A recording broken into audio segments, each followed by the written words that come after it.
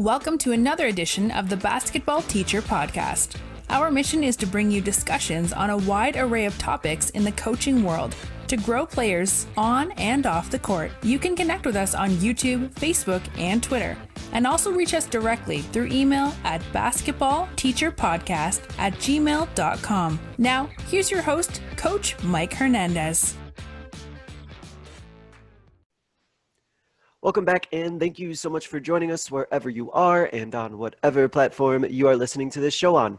Our audience continues to grow, and I have all of you, the listeners, to thank for that. So thank you so much for spreading the word, telling people about this podcast, and getting it out to more people. Really greatly appreciate it. Now, for today's episode, this is kind of what I would consider to be like a philosophical one, because we're going to be talking about a philosophy in terms of grinding a team down, slowing down the pace of play, and just sort of what that looks like. And I know for me personally, and I'm sure a lot of you listening feel this way too, that it seems every year the game just gets faster and faster, with some of us, including me, joking that it represents track meets sometimes more than actual basketball games. So I'm really interested to get this philosophical perspective about, grinding a team down and actually slowing down the pace of play a little bit. So I'm very happy to have on to discuss this topic Coach Andrew Wenz. Coach, how are you today? Good. How are you? Doing really well. And like I said, this is interesting to me because, as I mentioned, I feel like the game's just going at 5,000 miles an hour now, and everyone's just running up and down the floor. So I'm really excited to kind of take a different approach and kind of talk about a little bit of a different perspective. So really looking forward to this. And so, Coach, let's go ahead and get started with your basketball journey, your coaching journey. Where's the game taking you? Where are you at now? And what's the journey been like in between? Sure. So, yeah, I mean, as cliche as this is, I basically fell in love with basketball after watching the movie Space Jam with Michael Jordan. And I think I was like in third grade when the movie came out. So ever since watching that, I, always wanted to be playing like at a playground or a park with friends. Obviously that turned from like, hey, this is a cool, fun thing to do with friends into like an ultimate obsession. So, just played, recreationally with, all my school teams and, obviously into the high school level. And so I was, played my high school, all 4 years of high school, did my 2 years of varsity, just, had a very basic traditional, background as far as a playing career goes. I don't have really, I get into a lot of meetings with coaches and, they're doing introductions like I am now, and they're talking about, hey, I played at this Division I school or this Division II school. I never really got that opportunity. There was no, AAU was just becoming a thing when I was leaving high school, and there was no, recruiting platforms. There was no Twitter. So I essentially, I just didn't have the film or the style of play that got out to coaches at the collegiate level. So, but my passion still for basketball remains. So I had to kind of fulfill that void. And I had friends that would be coaching like a rec team or a travel team and within our community. And so they would ask me occasionally, like, hey, can you come to practice and help out? Or we only have 9 kids today. Can you come be the 10th person so we can run 5-on-5? And then that sort of just kept snowballing into, all right, well, can you come, do you want to like sit on the bench for the games? Do you want to run some drills? And so, yeah, I just kept snowballing it into this now, what it is, kind of a coaching career. And I think I've been doing it now for I think this is going to be my 13th season.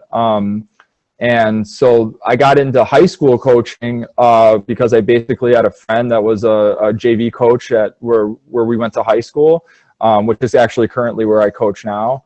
And he basically said, hey, I need help. I need someone to help me manage the players and help me with the bench and drills and things like that. So I just basically started as a volunteer assistant, and I volunteered my time at my high school for about 6 years before I ever took my first official paid contract gig for high school. And so I spent my last 2 years at a school as a varsity assistant, and then this year is actually my first year at my former high school coaching as the varsity head coach. And then last year I also spent my first off season coaching AAU basketball. So that's sort of where I am at right now.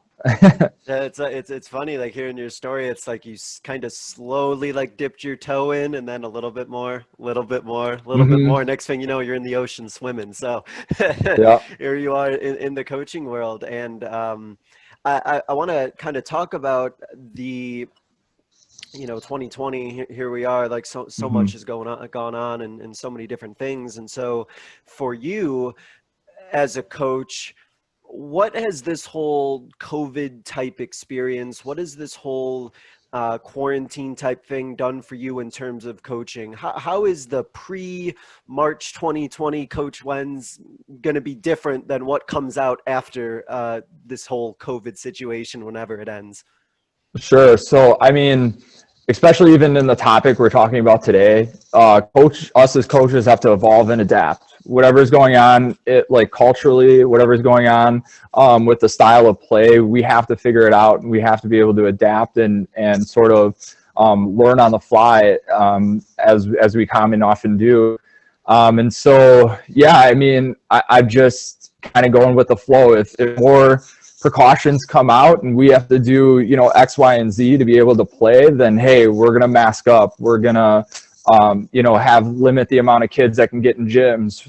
Maybe if we can only have X amount of kids in a gym at, for a certain time, maybe we do 2 different sessions or something like that. So I'm trying to just do whatever it takes to evolve in this kind of situation that we're in, and be able to give, because ultimately I'm in it for my players, for our kids, and I just want us to be able to have a season. So, whatever guidelines come out from either, the high school level or an AAU organization, we're going to try to do that, and then maybe go a step above as well. So if they're saying, hey, just wear masks, well then, I'll also say, hey, well, maybe we should also take temperature checks and, make sure that we're doing a step over the guidelines. So then that way, if anybody's looking at what we're doing in our situation, nobody's going to try to penalize us for anything we're doing wrong during this pandemic, because it is serious. It is a real thing.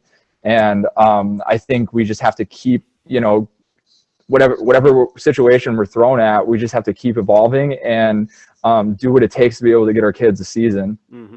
And I think a couple of things that you mentioned are just kind of important to emphasize. The part that you mentioned about kind of going above and beyond and like doing the temperature checks above the mask, is it kind of shows that like safety is really important, and that you are taking that seriously, and that you're not like going to be that coach who's like, oh, I'm just going to try and do the bare minimum and just try and like see what I can get away with. Like, no, I'm going to go a step above that, because that shows like, hey, that our team is taking this seriously, and we understand these guidelines that are being set, and like we're willing to kind of put in that work to make sure that, like you said, we can have a season. And then also what you mentioned about like, it's kind of like that flexibility piece. I know that's something I've been personally really wanting to make sure that I'm working on, is like flexibility and like staying calm, where it's like, okay, if we have to put masks on, then okay, it just is what it is. All right, we'll just put masks on and we'll just keep going. And I think that, and it sounds like you're kind of in that situation too, where if the players like see you as being sort of calm and just being flexible and being like, all right, well, now we just got to do this. No big deal. We'll just go ahead and do it. I think that will just help your team out so much more, because they don't feel panicked or flustered, because you as a coach, you're just like, well, all right, this is just what we have to do now. So let's just do it, and let's just keep on going. And I imagine that has to probably be pretty beneficial to your team as well, to kind of keep them even keels, so to speak. Yeah, absolutely. And, as a coach, especially when I'm talking to parents or players that are younger, that are maybe just getting into the game, I'm huge on preaching, physical activity and mental health. So like for my players to get out of their houses, because this last 7 months have been probably the craziest times, of our lifetime, to be stuck in your house for close to 7 months and not do things that are normal. Sports is an avenue for kids to get out and get away from, as kids, we all have to get away from our parents every so often. We have to have fun on the side, and sports is also a good way to stay out of trouble. So, I mean, I'm huge on the mental health aspect of it. So, right now kids are going through probably just the weirdest time. They don't understand what's really going on. And so for doing what we have to do to give them an avenue to get out and be able to be active, is just so huge in us as coaches being able to do what we have to do to make sure that, our districts, our states aren't shutting down our athletic commission so that we can still get out there and play. Yeah. And I think that that's just like a really good lesson just to take with you, even whenever after COVID's done, is about how like these, our kids and our players need sports in normal times anyway, to get out of the house and get out to be able to, just like you said, be away from their parents or be away from their family a bit and just, doing what we have to do. And I just kind of put a bow on that thought and just sort of understanding that, if we demonstrate that we're following these guidelines and we're following these procedures, I think it does send a really good, like, a message to our players that like, hey, like these procedures and guidelines, like, oh, our coaches aren't fighting them, they're right in line. And I think that if you have coaches who are, they're trying to get around it, or they're like trying to fight it, then it seems like it might send like some pretty bad messages in terms of like, well, when coach doesn't follow these rules, like, why do I need to follow things my coach says if I choose not to? You can get open up this whole crazy can of worms. But luckily, I'm not seeing that at all. You're not seeing that at all, it seems. So so far so good with that.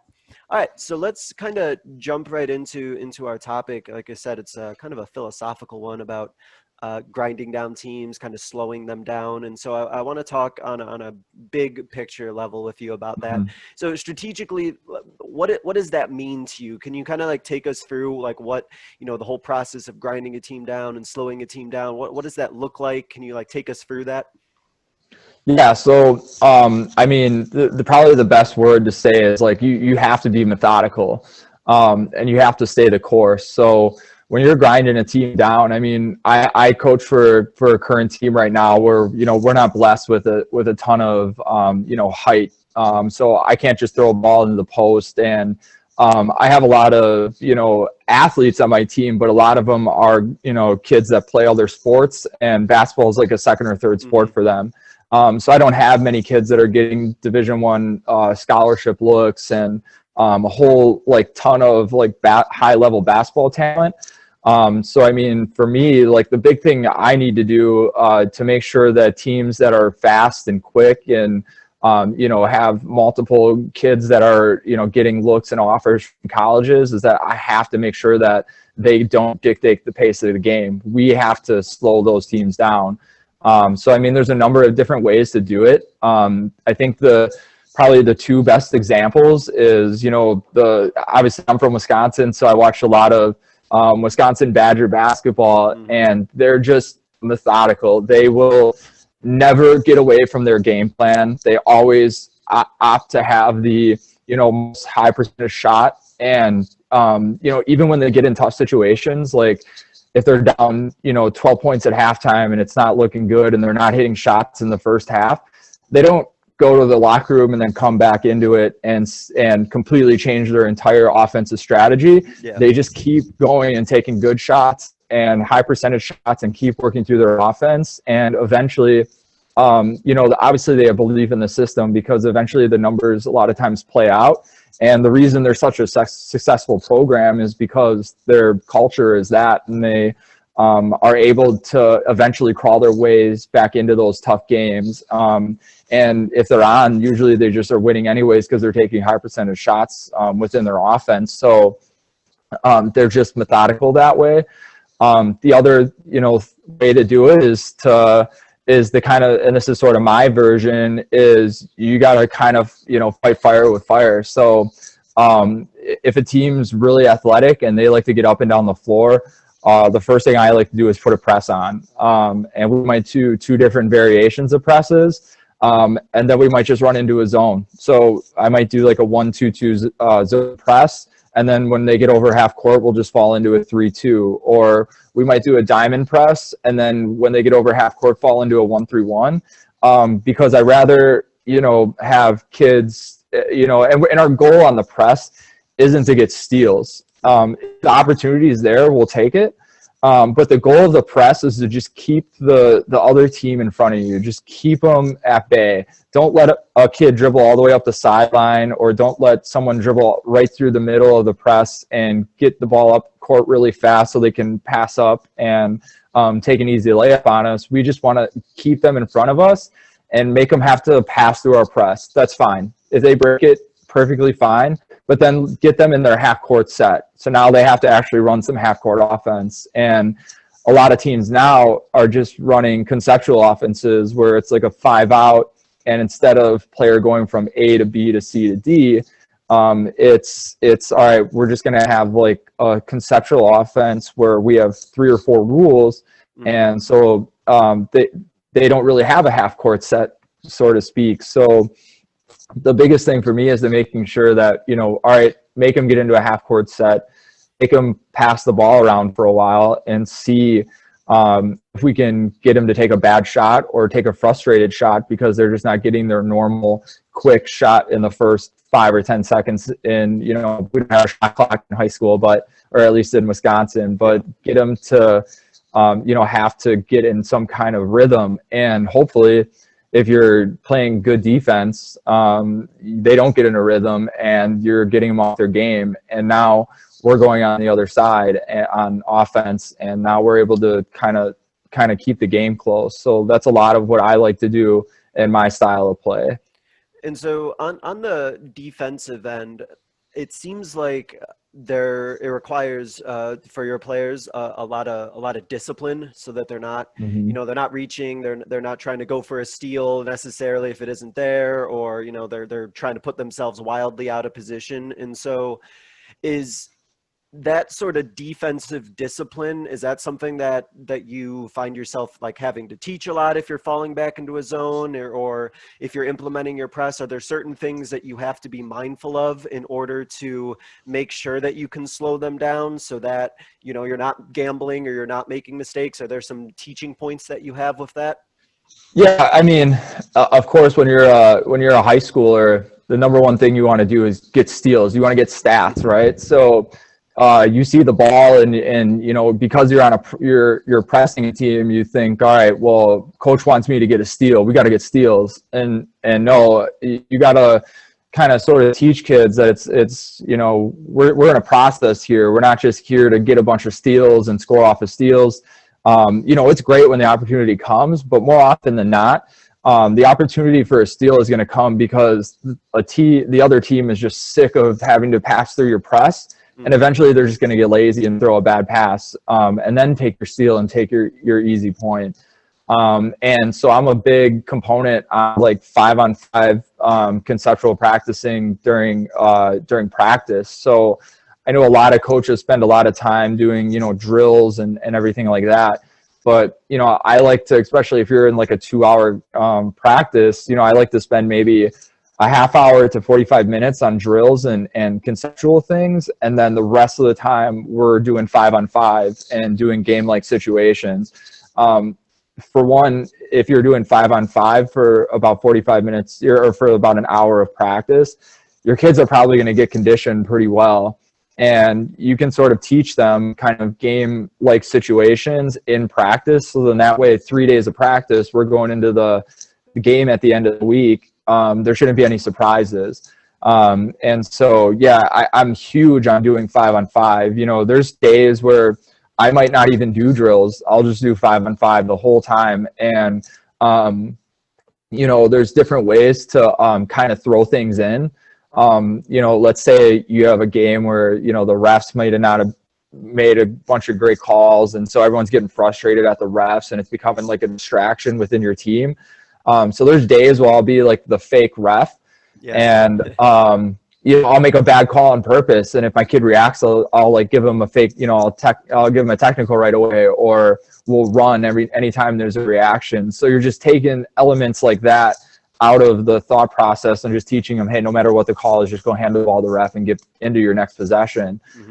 So yeah, I'm huge on like that conception of, we need to be doing more 5-on-5. I see too many kids getting into a game and you can just tell they're not doing 5-on-5 enough. And they're not, it's like great to do a shell defensive drill, but it's slow motion, and it's half court. So are you teaching them, like when they're getting back on D, if someone beats you to like if one of your teammates is already in that spot, especially like in a zone, well, then just either have them slide over as you're running back and communicate like full court, that's huge. And I just don't think a lot of kids are getting that. They're just sort of getting a lot of half-court drills, and then their coaches maybe spend like a walkthrough or, you know, the last 20 minutes on 5-on-5. And I just feel like they need more than that.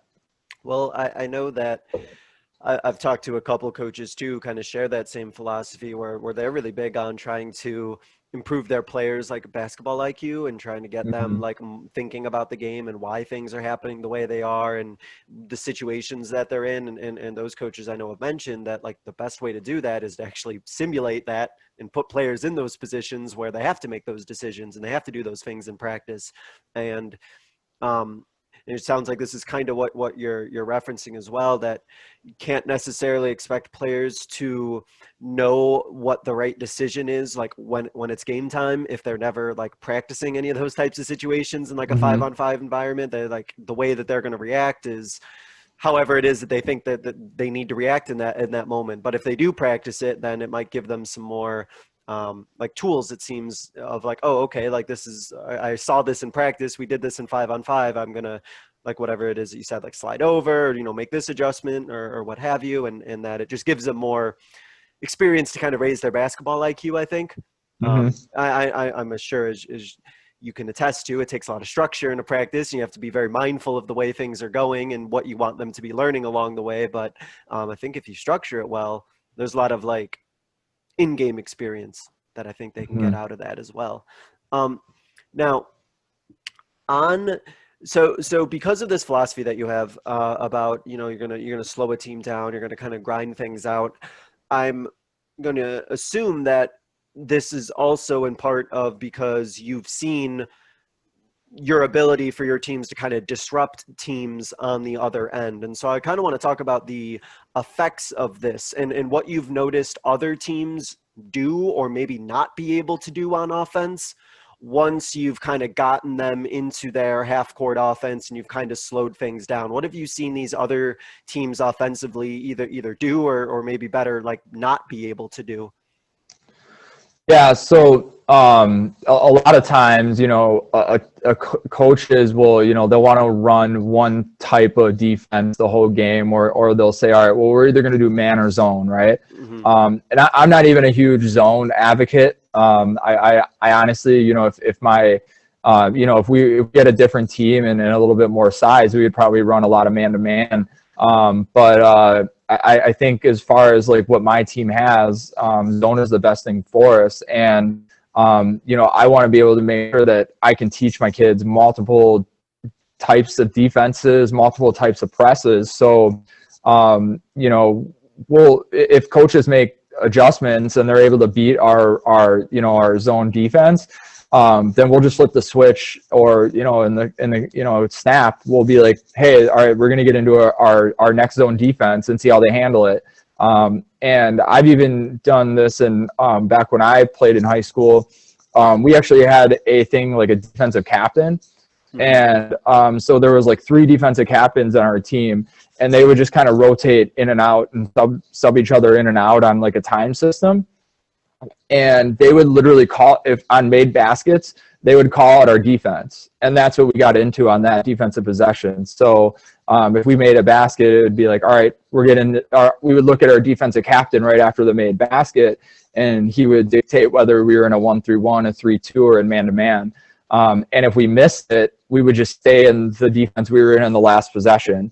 So it was hard to learn. But after we learned it, it was very, you know, teams were very confused. You know, sometimes they would come back and, you know, we'd be in a 3-2, and just the way they were kind of set up with, you know, this is more when there was like 2 traditional post players on the block, but they would just think we were in man, and it would really confuse teams, and they would have no idea what we were in. And so they would start running like their zone offense, even though we'd be in man-to-man.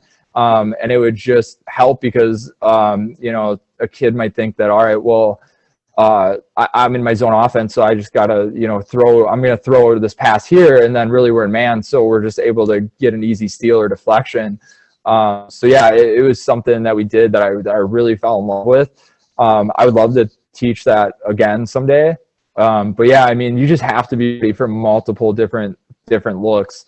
And those adjustments that other coaches make, you have to predetermine that before the game even happens, that, hey, I'm going to run my 3-2 and my 1-3-1, and this coach is probably going to make this adjustment or this adjustment. And then I have to counter that. So it's just ultimately a big chess game that you just have to prepare for before you get into every game. So yeah. You're just kind of overall philosophy is not to necessarily have an identity as to like, we run this defensively and like whatever it is you do, you're not going to be able to beat it. So your philosophy, it seems like, is more like, I want to teach a bunch of different types of whether it's like zones or give you a bunch of different looks and then force the other team in order to like assess what's going on and then have to make the correct decision accordingly, which I imagine, and as you kind of talked about too, like I imagine that does take a bit of work. I think it does take a bit of like work to kind of build up their basketball knowledge, but then like once they have it, then it just allows them to kind of switch and just throw a bunch of different looks at teams, which I imagine, like you kind of said, it's kind of confusing to them. And maybe those other teams, maybe, you know, if they haven't seen some of these different defensive looks, they might not even necessarily know like what your goal is on defense if they haven't actually seen that formation or that zone, that particular alignment. Right. Yeah. And, you know, another thing too is a lot of coaches will change their defense based on like if they're getting beat. So let's say you're in like a 2-3 zone and a team's just shooting you out of it. So obviously you have to switch, right? So I like to just switch for no reason. Hey, we'll just switch into go from a 2-3 to a 1-3-1, or we'll go 1-3-1 to man. And for no reason, we'll just do it because I just want to see how they're going to handle something else. And then you get in that mind game of two coaches on the sidelines where you're in a timeout and the coach is like, I don't know if they're going to come back into a 1-3-1 or if they're going to stay in man. And it just makes it really hard for the opposing team to kind of predict those things within a game. So yeah. And another thing, like with the pressing, you know, if our, you know, philosophy is to not go after every steal opportunity, we're just keeping the team in front of us. You know, eventually teams are just going to be like, all right, well, their press is kind of a lazy press. They're just going to let us get it down court. They just want to slow us down. Well, you know, you can all of a sudden turn that switch on and be like, all right, we're going to go aggressive now and just surprise them with a random trap. I think that's better of a way to coach, especially on the defensive end, than, all right, my philosophy is our game plan is we're going to go into the game in a zone. And if they start making shots on us, we're going to get out of it and do this. I think it's better to just have your kids know all the different options that you have on the table, and then just change it, you know, regardless of what the offense is doing to you, and see how the other team reacts. Yeah, I think that if you switch things based on what the offense is doing, that might make you a little bit more like reactionary, and then you're always just reacting to what somebody else is doing. But the way that you kind of bring it up is just change it just to change it, and just give them something different. And you know that the other team might not even know why you're changing it. They'll be like, why are they getting out of this? And then all of a sudden you go back to what you were doing before. And again, if I think if the players, as we just sort of talked about, if their basketball IQ and their understanding of like the game is pretty high, I think that lends itself pretty well for them to be able to switch in and out of different defenses, because they have like the skill set, the mental skill set too, to kind of know the objective of what they're trying to accomplish in that particular defense, for example. Now we've talked a lot about being on the defensive side. And I think that's something that's always interesting, especially at the youth level, high school level, is how do you get your players like invested and excited and committed to, and probably in some cases, and I'll let you speak to it, like maybe being on the defensive end a lot and really, you know, being on the defensive side a lot. Is that a easy sell? Is that something that they were easily excited about? What's kind of the process and the history, I guess, behind that? Sure. So, in my experience, defense is the hardest thing to get kids excited about. You're usually going to have one or two kids on your team that, you know, are tenacious and, they want to guard the other team's best player, and they're going after steals every time they want to guard the point guard the full way up the floor. But most of the time, your other 7 or 8 or 9 kids on the bench are like, I don't want to play defense. Just I just want to shoot, and that's all I want to do. So it's never an easy sell for defense, except for those 1 or 2 defensive minds. So yeah, I mean, I like to coach it as not as like a defensive philosophy, but as an intensive philosophy. So we run a lot of intense drills in my practices. I think a lot of coaches, they have the expectation of, hey, it's practice time. I expect you to be ready to go at the time of practice. And I expect you to be competitive right from the jump of when the clock hits 5:30, if that's when practice time is, I expect you to be right into it. But realistically, you're dealing with teenagers in my level. And, sometimes they're not just motivated right when they walk into the gym. They had a long day at school or, whatever else happened. So I usually start my practice with like an intensity drill where we just do like something that's based on our school and a little bit of pride for our high school. And then we actually do kind of like the warm up of what you would do like for a pregame, like what time is it, game time, that sort of thing. So we start practice intense, and that's how we get the ball rolling in practice. And then from there, I mean, we do, even if we're doing drills and not 5-on-5, I make those intense as well. So there's an 8-minute drill that I do. And so it's a 3-on-3 drill. And the only way you can get out of the drill is if you get a rebound, a steal, or like if there's a made basket for the offense, the ball's just live for the defensive team. So whichever 3 of the ones that are on defense get that ball, that's how they get out of the drill.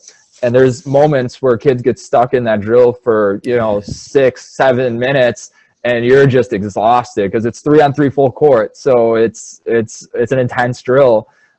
So they don't really even know that it's kind of conditioning / a defensive drill. But they sort of start understanding like, all right, I need to get out of this drill, so I have to be intense. And then the other thing too is, as much as it's hard to get excited about defense, it's hard, it's nearly impossible to get any kid excited about conditioning. And so I try to kind of sneak those in as well with like that 8-minute drill. But then the other thing too is if you're a really well-conditioned team, the time you usually realize it is not when you're, in your first game, anything like that. The time you realize you're really well conditioned is when you're playing an opponent that is, on paper way better than you are. And maybe you're losing a game by 15 at halftime, but then whatever happens in that second half, the other team starts getting tired, or they're like, man, this team just won't go away. And all of a sudden you're in the last 3 minutes of the fourth quarter and it's a 1-point game, or the second half and it's a 1-point game. And the kids kind of start realizing, oh, we're in shape and we can kind of, I think we have a chance to beat this team that you shouldn't be in the game with. And I think that's how you really get kids bought in. A lot of coaches, they get uncomfortable to get their kids into running a lot, or they feel bad about doing tons of sprints in a practice or making their kids run. But I think once they realize that they can beat teams that are statistically or on paper better than them, they start buying in, and then that's when you really start building your culture, is on that game, not game 1 or practice 1. It's when a game like that happens, when everything starts kind of developing. Yeah, no, I agree in terms of like the conditioned teams, and I think that there's definitely something to be said about like if you're mixing in your conditioning with like other drills that you're doing, and like you said, kind of like sneaking in conditioning, and before they know it, they're getting well conditioned, and so I kind of want to kind of then talk about the other side of the ball then, because you kind of have this philosophy that we've talked about really on the defensive end, is what we talked about you're going to slow things down and try and confuse the other team. But then on the offensive end, because of all this conditioning and all this, like we're ready to go at the end of the game, especially, is there like, does that translate into your offensive philosophy of like, we're going to slow things down on offense, or is it all dependent? Are you ready to just get moving on offense? Like, how does the defensive mentality sort of transition into what you're looking to do offensively? Sure. So, I mean, offensively is a little bit easier to preach to players and get them excited about. So I like to, I'm a big, like we said at the beginning of this thing, especially with the pandemic, I'm a big evolve and adapt guy. And, I've evolved into this thing where, basically every team now is doing 4 out, 1 in or 5 out. And that's just the way the game's going. That's what colleges are looking for. So yeah, I mean, if you're getting everything intense on the defensive side, it has to be intense on offense as well. So kind of going back to like the conditioning and the competitiveness of offense, I do drills that help that end as well. So at the start every practice, after we kind of get into our little hype mode, I actually start the practice off with like a layup line drill where they're just taking normal layup lines with maybe a move beforehand, and every layup missed is a sprint. So, we try to get to the point where, we're not missing many layups in the beginning of practice as the season goes, as we go throughout the season. And so I think once you get them a little bit more focused and get them to, realize that offense is just as important as defense, and you get both of those sides to sort of mesh together, it really helps. And another drill I do is and this is like a drill I run throughout our entire season that I stole from one of my former high school coaches, is a 43s in 40 minutes. So you have 2 lines of like 3-point shooters, you have a rebounder, and then someone in the corner as like the passer. So you have, the person shoots, and then someone gets the rebound, they pass to the corner, and then the corner person passes back to the line for the 3. And most normally, in the first practice of the year, a team will make like 25, and I make them run the difference. And so all my conditioning is based off of their performance. So I'm not just running them to say like, all right, we're going to run a sprint just because. It's your performance. It's how well you perform in practice will dictate how much we run for conditioning. So it helps to do a drill like that because they have to talk, they have to communicate, they have to learn how to beat the drill. And like I said, the first time you get, maybe they make 25, they have to run the difference, and they're going to start talking to each other when they're getting water or something like that to be like, all right, how do we beat this drill so we don't have to run 15 sprints every day? And so it helps with that as well, to be sort of like that intense, bring that intensity over to the other side, and sort of methodically learn like how do we beat a drill, how do we beat a defense. And so I kind of use the same mentality of like we want to be intense and win on drills, so that when we're in games, everything just becomes a little bit more easier, if that makes sense. Well, and it really builds, it seems like that competitiveness, and like and then again, kind of like the whole idea we talked about, like the basketball IQ of like, okay, like how do we win this drill? Like what do we need to do in order to be successful at this particular drill? And like sort of just get them like thinking, and just like get them thinking about the process and thinking about like, okay, like this is where we need to get to. So what is our strategy in order to get there? And I think anything that kind of can build the mental along with the physical, I think you definitely take that benefit to have both being worked on at the same time. Even if it doesn't seem at the outset like there'd be much like thinking involved, but if you do need to beat a drill, or you need a certain strategy to beat a drill, then you're going to have to come up with some sort of plan for it. So it sounds like it's really beneficial in that way as well. Now, one of the things I believe you mentioned this towards the beginning of about our interview about the philosophy that you have, is you mentioned about playing teams that maybe have I don't want to say like more well-refined basketball players, maybe basketball players who may have more of a physical skill set or a basketball skill set, and that in a sense, your philosophy is kind of designed in order to slow down those teams who maybe are more I don't know if talented is the right word, or just more experienced. So I'm curious, for your perspective, is your philosophy that you have, do you see that being something that you're going to continue if you end up coaching teams that are really talented, or players that might be exceptionally skilled? Is the team that you've coached, did the philosophy come out of the type of players that you have, or do you think that this philosophy would stay true no matter like who comes to you?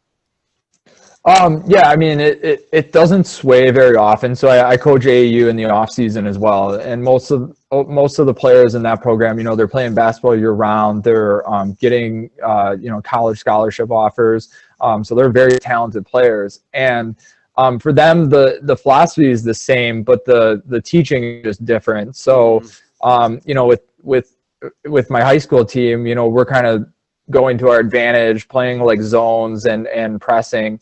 But my AAU team, you know, with having more skill, one thing I have to worry about them is that they have so much talent that they're going 100 miles per hour all the time. Right. And you have to slow them down. So, I mean, this whole off season, you know, we had a really good post player who was also really good at passing out of the post. And a lot of times we get on the offensive end and, you know, we're trying to get a shot up in 5 seconds or 10 seconds, and we're not letting our post player even get set. And so, you know, they're just going 1,000 miles per hour, or they're, you know, and all that. So, and during my summers, I spend most of my time going, calm down, like let's get into something real fast. I don't care if we take a good shot, you know, 1 or 2 passes into our offense, but let's at least, you know, get something in an offensive set, especially when you're in a closer game. Yeah, I mean, I spend a lot of time, you know, slowing them down that way, where, you know, we're still kind of grinding the other team down, but now we're just doing a little bit more methodically, kind of like what I said in the beginning with like Wisconsin Badger basketball. They're obviously really talented players, but they use sort of a slower method of just, you know, staying the course, not changing the game plan very often, and just looking for the most high percentage shot. And so for my AAU team, that's a lot of like what I try to, you know, conceptualize with them, is that, hey, we just need to slow down a little bit on offense and let things develop. You guys are smart enough to where if a ball is, you know, getting to our post player and they double her, well, then maybe someone should cut. Or, you know, if your girl goes and doubles our post player, hike a little bit further down on the 3-point line so that the girl that was guarding you doesn't know where you are now. And so when the post player passes out to you, you get an open 3. So it's still the same kind of philosophy. You're just teaching it a different way. You know, with them, I don't have to. They're talented in man-to-man defense as well, where I don't have to run like, you know, zone presses very often or anything like that. So, you know, but for them, it's the same thing. I don't want us going for every single steal that comes available to us, because then what happens then, I get a really good player, like my, you know, a starting point guard or my starting post player in foul trouble because they're just doing too much. And so, yeah, it's a little bit of just teaching them the IQ, and then also just like take your shot when you get the moment and take your steal when you get the moment. Don't just do it, you know, just don't look for it every single second. It's not going to be there all the time. And when you're slowing things down on offense, or you're setting things up, or you're taking your time, maybe being a little bit more methodical, in your experience, whether it's with AAU or just traditional high school, have you found that other teams on the defensive end are they gambling? Are they making, like, trying to put pressure on you or trying to force turnovers? Or how does that work in terms of like defenses and what they're throwing at you when you're trying to slow things down? I'm curious if you're able to sort of take advantage of maybe over aggressive defenses, if that's a trend you may have noticed. Yeah. So, I mean, no matter whether it's my high school team or my AAU team, I think we're trying to do the thing, you know, that you hear announcers say is like, we're trying to break the game wide open. Right. Yep. So we're going to spend the whole first half, like, you know, being methodical, keeping it slow, slowing things down. And then, there's going to be a switch in the second half where either we gain a lot of momentum, or, you know, we finally just, you know, we've gotten to the other team. They're worn out. They're starting to make lazy passes, and then you go on a quick run. I mean, the Golden State Warriors do it all the time where, you know, a lot of teams will stay really close to them, and then they're just waiting for that one moment. Yeah. And it doesn't take much. You know, they're waiting for that 3 minutes of the game where all of a sudden they make, you know, 5 shots in a row and you got a 10, 12, 15-point lead. So just trying to instill, especially in kids, you know, you're dealing with teenagers that just want to go, you want to do everything on the floor and they want to fly around. You're just trying to instill with them, like, our moment's going to come. Just let it happen. Don't overdo anything. Don't try to, like, create shots that aren't there on offense. Just trust that our moment's going to come at some point, whether it's, you know, maybe we get it early in the first half. Maybe, you know, maybe we don't get our moment until the last 2 minutes of the game. But eventually our moment's going to come. And if teams start, you know, getting, you know, overhyped on offense or overhyped on defense and start gambling, well, then that's just easy buckets for us. We'll start, you know, just taking backdoor cuts and being smart about it. So I think that's the big thing I try to teach is, you know, just let the game come to you. Don't try to over pursue, because then you're just taking too many risks. And, you know, maybe you get a few games or you get lucky and all the risks work. But especially when you get into games, when you're getting into the playoffs and things like that, you have to be a little bit more critical with each possession and let the other team gamble. Don't be, you know, don't waste it on being you with the one gambling, or don't over pursue. Just trust that we've gotten here for a reason, and our time's going to come eventually in this game, and we're going to end up winning.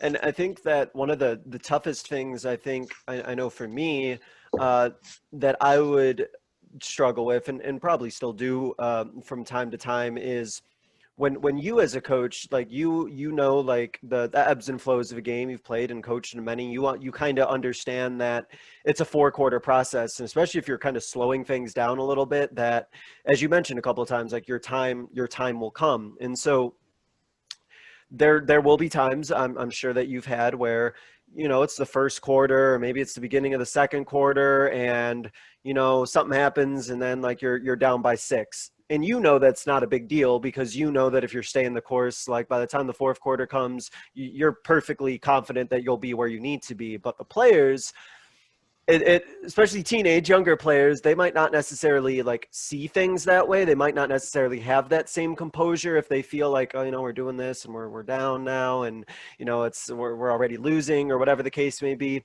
Have you had to sort of, like, teach that sort of level of composure? Is there sort of like a buy-in aspect that you had to sort of implement? Like, how are you able to kind of keep players on course and on track with what the game plan is, even if things are starting kind of slow?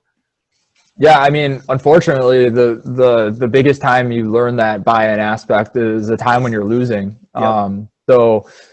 Yeah, I mean, you see it all the time, especially in the high school level, where a team gets down 6. You know, it's you know, let's say right before halftime or something, or right after halftime. There's 10 minutes left in the game. You're down 6, and a kid feels, all right, we need a 3 to get it 1 possession away or something like that. Yep. It's like, hey, you're gonna get probably 12 more possessions before this game ends. Let's just, you know, get what we can take. So yeah, I mean, you see it all the time. You get down 6, 9 or something, and then all of a sudden the bad shots start coming in, or the gambling on defense start coming in. You start getting beat backdoor, and then you're shooting a bad shot on offense, and everything just starts spiraling out of control. Mm-hmm. So, I mean, I think a big thing is watching that stuff on film. I like to watch, you know, a lot of schools are blessed with, like, huddle assists and things like that. I like to watch a full game with my players and kind of walk through, like, hey, we're down 6 here, and the next shot we take is a long 3 that was with a hand in our face. And I know why we took it. It's because we feel like, all right, if we make that, we're right back into it. But, you know, we're about to get 12 or 15 more possessions, so we don't really need that. And so, you know, I'm all about confidence too. I don't want to discourage a kid to take a shot, but at the end of the day, you just have to be, you know, you have to teach basketball IQ in those situations. And usually, if they can see it on film, they start buying into a game where all of a sudden you're like, hey, this is that situation again. We're down 6. Let's get a good shot here. And when they see it actually start to work in a game, then that's when everything kind of starts to change. And like I said, usually it's when you're losing. Even when I was talking about that buy-in factor with you're over-conditioned with the team, you're usually playing a team, you're losing the entire game. And all of a sudden, 3 minutes left in the game, it's a 1-point game, and you have a shot at getting the lead. And I sort of have a thing that I tell my players, like there's this like unwritten rule in basketball that if you're losing the entire game, like you're down 10 the entire game, in the last 3 minutes of the game, if you can get that lead back, you're gonna win. It's not for sure, but when you tell players something like that, they start to get it in their head that, hey, if we can get that lead just one time, we're not going to look backwards, and we're gonna eventually get that win because this team was beating us the whole time. And now we got that 1-point lead. We broke them. We just broke the other team, and now we're going to win. And so if you instill things like that, I think it's a good way to get players to buy in and start trusting your process. And it's back to that other, the cliche saying, it's not going to happen in practice one. It's not going to happen in game one. It's usually in somewhere in the middle of the season sometimes that buy-in factor starts happening. Sometimes it doesn't happen until you're about to play in the playoffs. I was on staff where a team went to state, and we didn't really start clicking until the 2 games before the playoffs. So you don't know when it's going to happen, and you just have to trust as a coach, as the adult, as the leader, that at some point it's going to happen. If you trust yourself and you trust your philosophy and you trust what you're teaching the players, eventually things will start going your way, and players will start buying in. But if you start changing things a million times throughout the season, players don't have consistency, and that's when things start getting bad. Yeah. And I think like you kind of mentioned, like you do have to kind of be true to yourself. Like if this is what you're committed to doing, like if this is who you are, then you have to see it through. Like you have to see it all the way through. And as you said, it's not going to be practice one or game one necessarily, but I think if you commit to seeing it through, but then also like you said about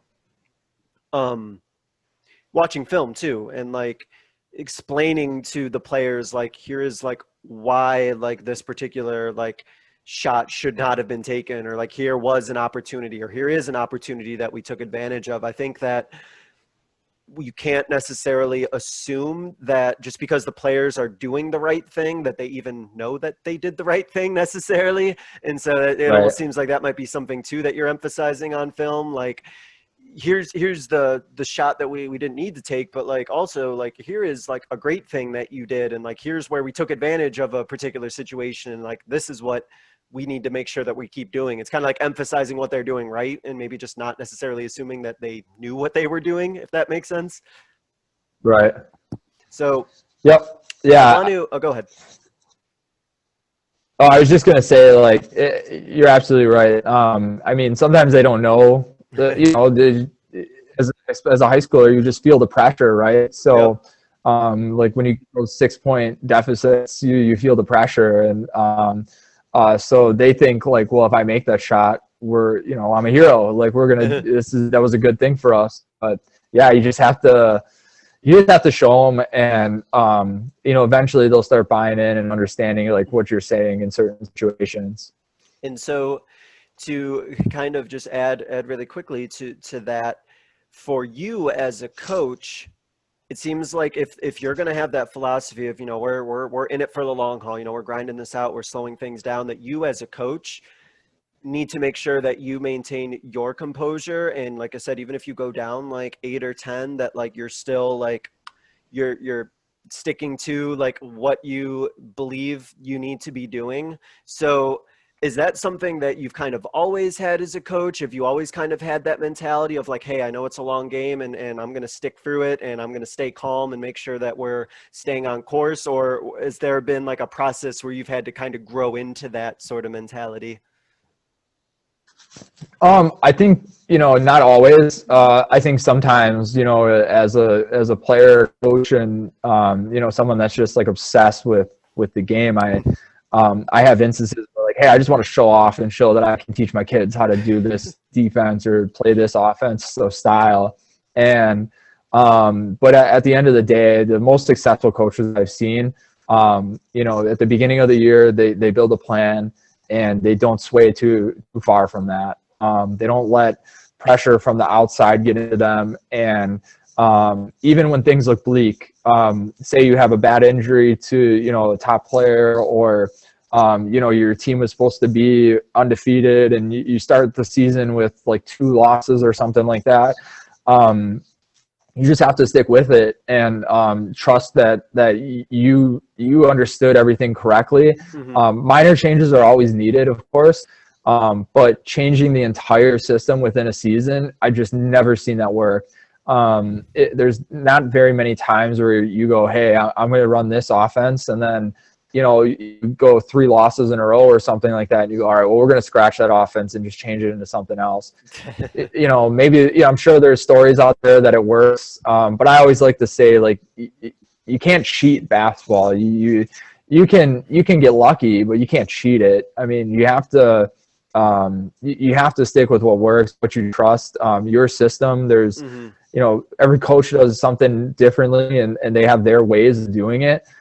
So you have to build your identity as to yourself as a coach, and you just have to trust that your identity is going to work and that your players are eventually going to buy into it. And yeah, you just and that goes back to grinding teams down. You have to be methodical. You have to stay the course. And the same thing is with your philosophy of coaching and how you kind of handle yourself throughout a season. You just have to stick with what you believe is going to work.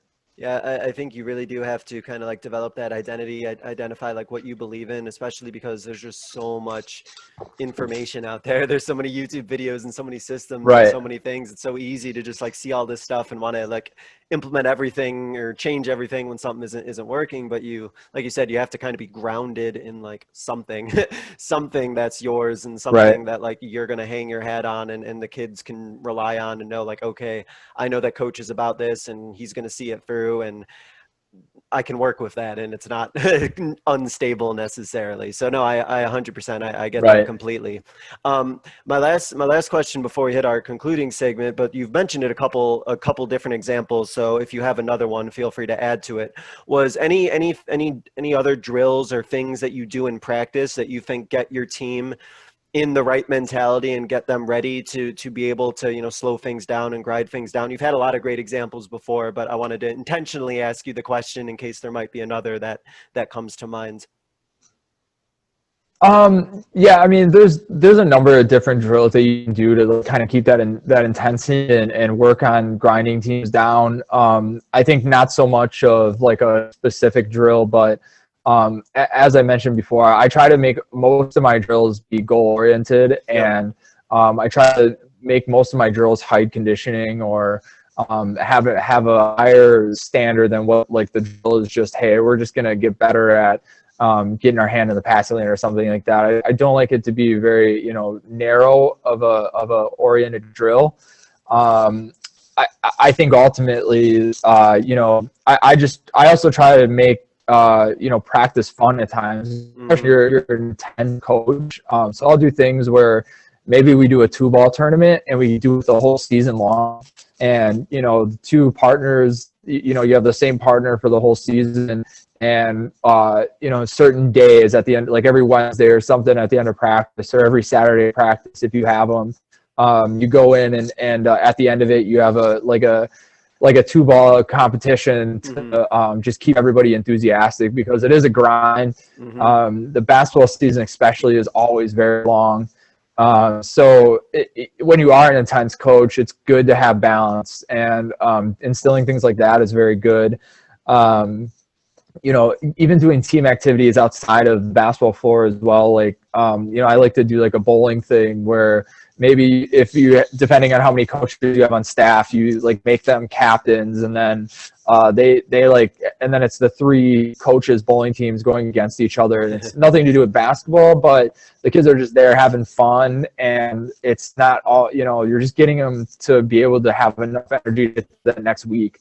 And that's a lot of what it is. And another thing I like to do is, you know, I like to also do like Saturday film days where we're not going to practice. Maybe they think we will, but we're just going to go in. I'm going to bring popcorn in or something like that, and we're just going to watch film with the lights off, just go over the game, and we'll just watch the whole game. Maybe we'll just watch it in full speed and not even, we won't stop it a ton. We'll just watch it throughout, and then we'll just talk about what everybody saw and how we can get better. So things like that are just huge, and doing a bunch of different things like that to get your team that balance that they need, because especially with being methodical and having them stay the course, they're going to get sick of hearing it. They're going to get sick of the same thing every day. So just to kind of mesh things up a little bit, I think it's good to do things like that. And then I'm big about like weight room stuff as well. So any way we can get it, like do a weight room day. So at my high school, be pre-COVID, I was actually playing basketball in the mornings. And so if we're able to do it again next year, hopefully when things are a little bit back to normal, if I'm there, I'm going to let the doors be open. So, if they want to come in at 5:30 in the morning when I'm there playing, I'm setting the example as a coach, like, hey, I can get up at 5:30 and go to work after. You can get up at 5:30 and either get shots up, play a 5-on-5 with the team, or get up in the weight room.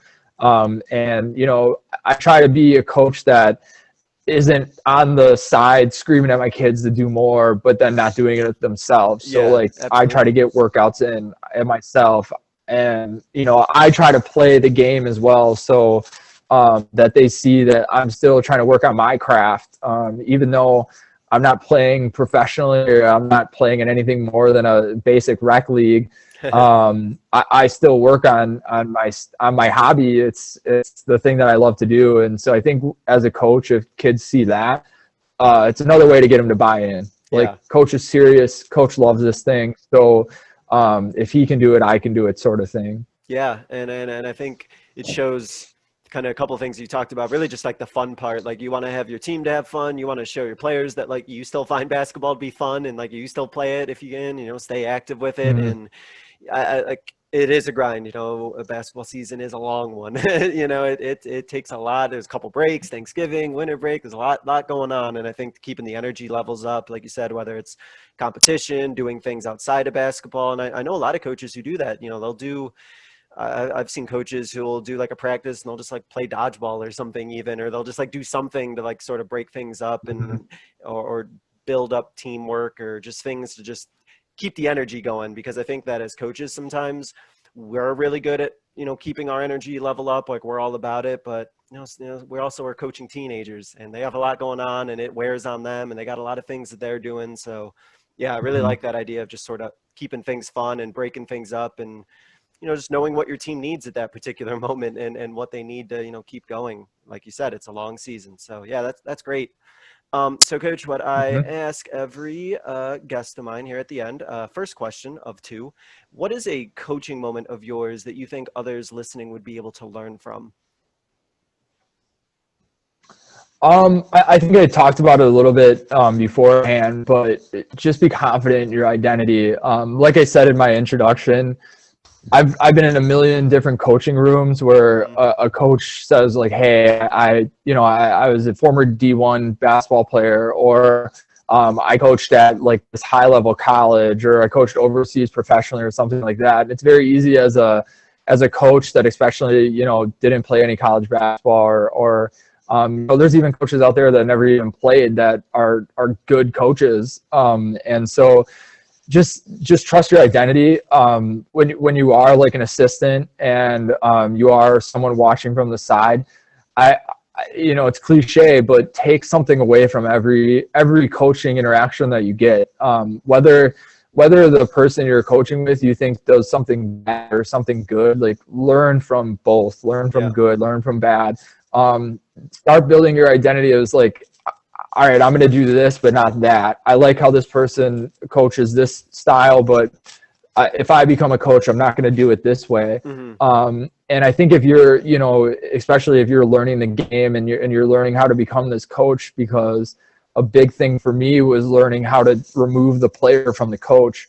When I first started, I was super intense, and I was that crazy coach that was, probably all over the place saying like, we got to go into this defense now. And I think you just have to learn how to be the calming factor in the room and learn how to be the actual leader. So for me, I have to remove, Coach Wenz as the player and become Coach Wenz the coach. And once I started learning how to do that, I gained a lot of more confidence in my style, and I gained a lot of more confidence in like what I preach in the gym and with my players. So I think that's the biggest thing I've learned over these last 13 or so years of coaching. Yeah, I like that a lot. I like what you mentioned about the transition from player to coach, because it is a different mentality when it's playing the game versus now I'm in charge of sort of captaining the ship for everybody else. It is kind of a shift in the way that you kind of go about your business. So no, I really like that point in particular. That was great. And so finally, Coach, what I give every guest is what I call my 60-second soapbox. It's their opportunity to get out their final message, final thought, closing idea, any closing thought that they want to leave our listeners with. So Coach, I'm going to go ahead and give you the floor to close it out. Sure. So as I mentioned, this is my first year coaching AAU, and I used to have a stigma about like what AAU was and everything like that. And also just seeing, especially like in the day we're in with like all the social media and different things like that, all these different trainers that you see posting videos. I always preach to players and especially parents, just be careful, like vet your AAU systems, vet your personal trainers on the side, make sure that they have some experience in what they're doing, because there's a lot of videos going out there right now that are, you see some of the crazy videos of like people making fun of it where they're like almost balancing, like juggling like balls that are on basketball that are on fire or something. So just be careful in where you go, but go to programs that instill a lot of time into your kids, because you're paying good money for AAU programs, you're paying good money to club programs. Make sure that if you're going to do that you invest that money in a program that really gets behind your child and really gets behind you as a player, especially. So make sure that if they say they're going to try to get you recruits for college, that you're sticking, you're keeping them honest to their word, and they're doing their thing away from the basketball court to get your name out there and get you the looks that you deserve. So I think that's the biggest thing I wanted to take away, and what I've been trying to teach parents and players over this last year, especially with like my first year at AAU, to see a program that really gets behind their kids and gets them offers is amazing to see, versus where I see some organizations that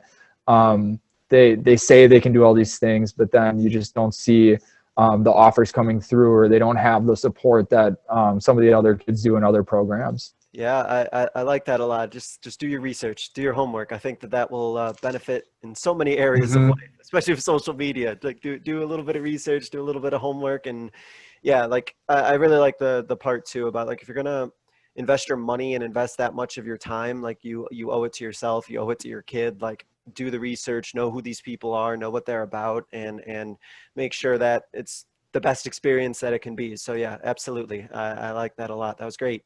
And thank you, Coach, for spending some time to talk about kind of philosophy, about slowing teams down, grinding it out, about your coaching philosophy, the things that you do to kind of implement that play style. I think it's really informative, and I think that there's a lot that we can take from it. So Coach Wenz, I want to thank you for spending some time to talk some hoops with us. Good luck going forward. Hopefully you have a whole full season of games you get to play this year. Yeah, thank you. I had an awesome time. Thanks for inviting me.